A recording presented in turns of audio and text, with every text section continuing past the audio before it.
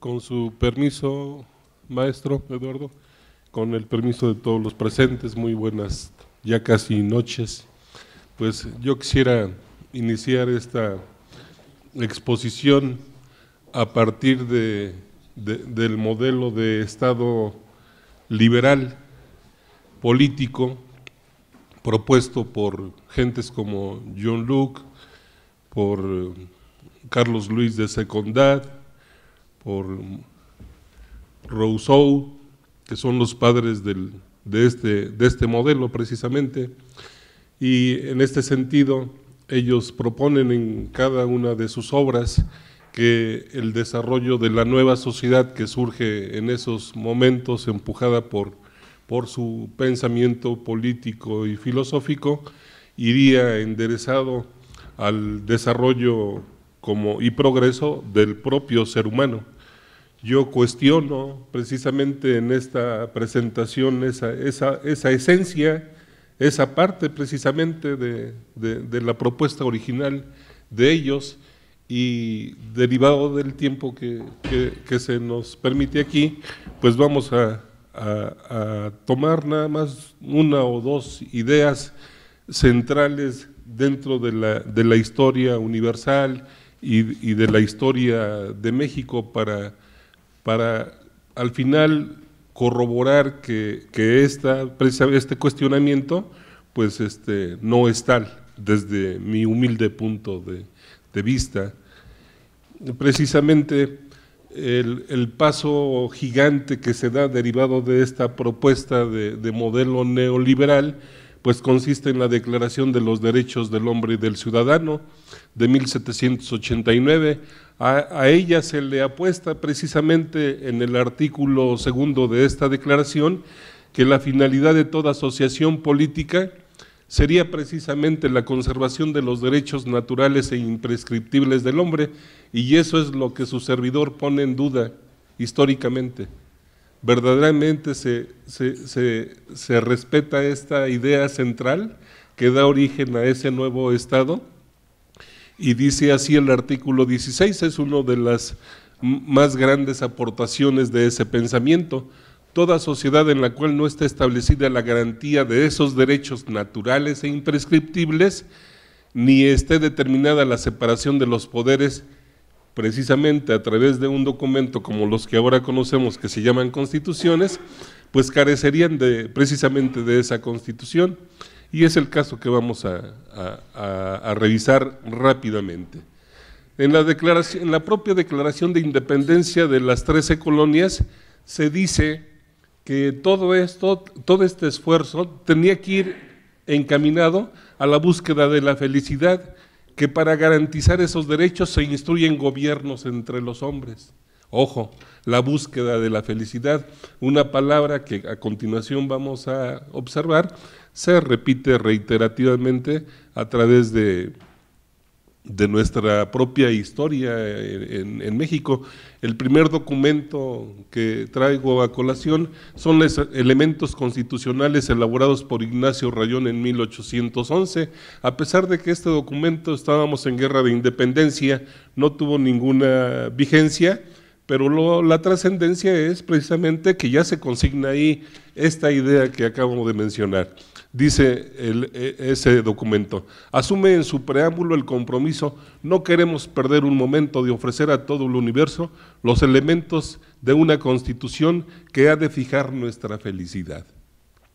Los sentimientos de la nación es el segundo documento de don José María Morelos y Pavón de 1813, que decía en su artículo 12, que como la buena ley es superior a todo hombre, las que dicte nuestro Congreso deben ser tales que obliguen a constancia y patriotismo, moderen la opulencia y la indigencia. O sea, esto es, se le apuesta todo el esfuerzo del cambio y del desarrollo y progreso a la misma ley. En el Decreto Constitucional para la Libertad de la América Mexicana, sancionada en Apatzingán en 1814, que tampoco tuvo vigencia, porque era del bando insurgente y que no tuvo la fuerza suficiente para echarla a funcionar, igual se adoptan esos principios. Dice: Dice, como el gobierno no se instituye por honra o intereses particulares de ninguna familia, de ningún hombre ni de clase de hombres, sino para la protección y seguridad general de todos los ciudadanos, unidos voluntariamente en sociedad, ésta tiene derecho incontestable a establecer el gobierno que más le convenga, alterarlo, modificarlo y abolirlo totalmente cuando su felicidad lo requiera. Yo pregunto, ¿cuándo, y con todo respeto, cuándo, hijo, se ha respetado esto? Si en las propias constituciones se establece la prohibición de que aquel que se anime o que se decida o que proponga algún cambio de gobierno, pues a través de la fuerza de las armas o de la inquietud para poder lograr cualquier cambio, pues inmediatamente que se logre la paz, serán pasados por las armas. Así lo dice actualmente el artículo 136 de la actual Constitución de 1917, y así lo han repetido históricamente todas las constituciones. O sea, siempre han tenido ese candado, ¿no? Las constituciones. Así es que no es cierto que el pueblo tiene el derecho incontestable de establecer el gobierno que se le antoje. Eso jamás. El artículo 24 del propio decreto dice: la felicidad del pueblo y de cada uno de los ciudadanos consiste en el goce de la igualdad, seguridad, propiedad y libertad. Yo pregunto aquí, ¿cuál libertad, cuál igualdad, cuál seguridad, cuál propiedad? Si los únicos propietarios, los únicos libres, los únicos que gozaban de seguridad, pues eran las clases más elevadas de esa época. El pueblo en su mayoría vivía prácticamente en el esclavismo, sometido por las figuras que trajeron los españoles a la colonia, y después con el movimiento de independencia no cambia la situación. La mayor parte del pueblo vivía sumido en la miseria, a pesar de que el pueblo seguía en guerra, estaba en la lucha de independencia. La mayor parte del pueblo vivía en condiciones miserables, ni tenían libertad, ni tenían igualdad, ni tenían propiedades, ni tenían nada. Así es que, pues era algo totalmente fuera de una realidad, ¿no? Bueno, seguimos por el tiempo. Dice un principio, fíjense, en el decreto constitucional de Apatzingán, Constitución de Apatzingán, el artículo 30, todo ciudadano se reputa inocente mientras no sea declarado culpable. Y yo pregunto, ¿cuándo, hijos, también se ha respetado eso? Aquí al revés, hemos ido al contrario. Primero se te fusila y después se averigua si eres inocente o eres culpable. Así ha sido históricamente, en el tema de la administración y procuración de justicia. Así es que, y eso poco ha cambiado, ¿no? A partir de una reforma que se dio el 10 de junio del 2011, pues ya por ahí se rompe un poco el paradigma de ese abuso, pero del 2011 para atrás, este principio regía, pero al revés. Primero se reputa culpable y después averiguamos si de veras era inocente o no era inocente. Así es que, y eso, estamos hablando de 1814 a 2011, o sea, la mayor parte de nuestra historia, la gente primero era juzgada y después se establecía, primero se le privaba de su libertad y después se le pedía perdón si es que era inocente. ¿Y cuántos casos de eso seguimos observando hasta la fecha? ¿Cuántos inocentes no hay dentro de las cárceles? Bueno, y estamos hablando de 1814. La Constitución Política de la Monarquía Española, conocida como Constitución de Cádiz, dicen: podrán llenar el grande objeto de promover la gloria, la prosperidad y el bien de toda la nación. O sea, seguimos hablando de progreso, de desarrollo, de crecimiento, y el compromiso de la nación para conservar y proteger por leyes sabias y justas la libertad civil, la propiedad y los demás derechos legítimos. Estamos hablando de 1812, señores. Aquí seguíamos en guerra. Y cuando esta Constitución de Cádiz entra en vigencia en México, estamos hablando de 1813, o sea, un año después, y seguíamos en guerra. Y aquí se termina esa guerra de independencia hasta 1821. O sea, prácticamente la Constitución de Cádiz tuvo muy poca vigencia en México, con todas estas aspiraciones. A eso me refiero, ¿no? Lo que queremos destacar es que prácticamente no tuvo presencia la Constitución de Cádiz, salvo en algunas áreas, ¿no? Plan de Iguala. Seguimos con el mismo discurso de 1821.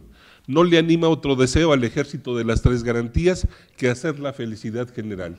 O sea, el discurso original de John Locke, decíamos de Montesquieu, sigue vigente en todas y cada una de nuestra historia constitucional de este país. Dicen, estos guerreros, los de las tres garantías, decía Iturbide, no quieren otra cosa que la felicidad común. Perdón, ¿la felicidad de quién, no? Le hubiéramos preguntado a Iturbide. Y el acta de independencia de 1821, queda consignada igual la misma idea, en libertad de constituirse del modo que más convenga su felicidad. ¿Cuándo? Pues si vivimos, somos testigos, fuimos testigos de la lucha entre federalistas y centralistas, y que al final ganan los federalistas, ¿no? Adoptan un gobierno federalista, pero que igual con todos sus asegúnes, como ahorita lo vamos a seguir viendo, ¿no?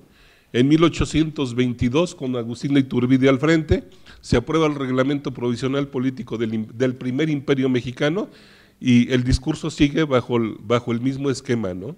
Mientras que se forma y sanciona la constitución política que ha de ser la base de nuestra felicidad. Se aprueba este reglamento mientras se aprueba la nueva constitución. O sea, ¿cuántos años tenemos hablando de felicidad? Y no la vemos por ningún lado la felicidad. ¿Cuántos años tenemos hablando de bien común, de desarrollo general? Y seguimos viendo infinidad de problemas, ¿no? en México. Vámonos con la Constitución de 1824, la primera Constitución federal que tuvo México. Dice, la nación está obligada a proteger por leyes sabias y justas los derechos del hombre y del ciudadano. O sea, aquí se consigna el mismo discurso que en la Constitución francesa, los derechos del hombre y del ciudadano. Y yo pregunto, ¿cuáles hijos derechos del hombre y del ciudadano? Con todo respeto. No aparecen por ningún lado, no aparecían en la Constitución del 24, aparecen una serie de derechos por ahí regados, ¿no? Pero ningún apartado en especial, y menos que protegiera esos derechos. Sí se consignaban algunos derechos, pero no la manera de cómo se podían proteger esos derechos, de tal manera que si no se consigna la forma de protegerlos, pues es como si no existieran. Pero en el papel ahí estaba, ¿no? O sea, el discurso sigue oyéndose muy bonito. Y vámonos con la que sigue. La anterior era la primera, el acta constitutiva de 1824, esta es la primera constitución de 1824, y dice, y afirmar su libertad y promover su prosperidad y gloria, y decreta la primera constitución federal. Después, en 1835, triunfa el movimiento centralista sobre el federalista, y imponen se echa a andar la constitución centralista de 1836. Bueno, dice, los representantes de la nación mexicana delegados por ella para construirla del modo que entiendan ser más conducentes a su felicidad. O sea, no importa que cambiemos de un bando a otro, seguimos apostándole al mismo discurso. La idea era la consecución de la felicidad del pueblo mexicano, que no se veía por ningún lado. Y en 1824, con el acta de reforma, del acta constitutiva y de reformas de 1847, vuelve a triunfar el federalismo sobre el centralismo. Y ahí lo menos que se dice es que durante de 1835 a 1847, que duró el centralismo, teníamos una sociedad disolviéndose bajo la más grave de las corrupciones. O sea, salimos de una guerra entre federalistas y centralistas, entramos a un federalismo, salimos del federalismo y seguíamos en un ambiente de total y absoluta corrupción. ¿Y dónde estaban las libertades y las igualdades y la seguridad y la propiedad? Seguían en las mismas manos de siempre. O sea, no se había repartido con el movimiento de independencia, nunca se repartió la riqueza. Nunca se repartieron los bienes, el clero siguió teniendo todas sus riquezas, todas sus propiedades, todos sus privilegios, y el pueblo seguía igual de pobre. Así es que, pues que no nos vengan a cuentear, ¿no? Bueno, en el acta constitutiva, por fin aparece un viso de cómo pudiera protegerse y hacerse efectivas esos derechos y libertades. El artículo 5 dice, para asegurar los derechos del hombre que la Constitución reconoce, una ley fijará las garantías de libertad, seguridad, propiedad e igualdad de que gozan todos los habitantes de la República y establecerá los medios de hacerlas efectivas. O sea, por primera vez en la historia de este país, ya como México independiente de 1821 a 1847, va a aparecer lo que conocemos ahorita como juicio de amparo, cuyo padre se le atribuye a don Miguel Crescencio Rejón y don Mariano Otero, ¿no? Los dos grandes hombres que gracias a ellos existe la figura del juicio de amparo. Pero hasta ahí va a aparecer, señores, o sea, muchísimos años después. Pero bueno, yo no los quiero cansar con esto, porque además ni tiempo tengo. Pues nada más les quiero decir esto, que don Justo Sierra, siendo presidente del Tribunal Máximo de este país, por allá de 1808, o sea, 2 años antes del inicio de la Revolución Mexicana, dijo que el juicio de amparo no había servido más que para algunas clases, de las clases ricas más elevadas de este país. O sea, la gente del pueblo no tenía acceso al juicio de amparo, porque es costosísimo. O sea, es un privilegio quien maneja el juicio de amparo. Y entonces estaba a la disposición de las clases pudientes, de las clases ricas, de las clases burguesas, pero no del pueblo. Eso era inimaginable, ¿no? Pero además, si tomamos en cuenta que la mayor parte del pueblo era un pueblo de campesinos, pues si no, pues échenle un ojo a la Revolución Mexicana. Gracias a quien se dio el movimiento de la Revolución Mexicana.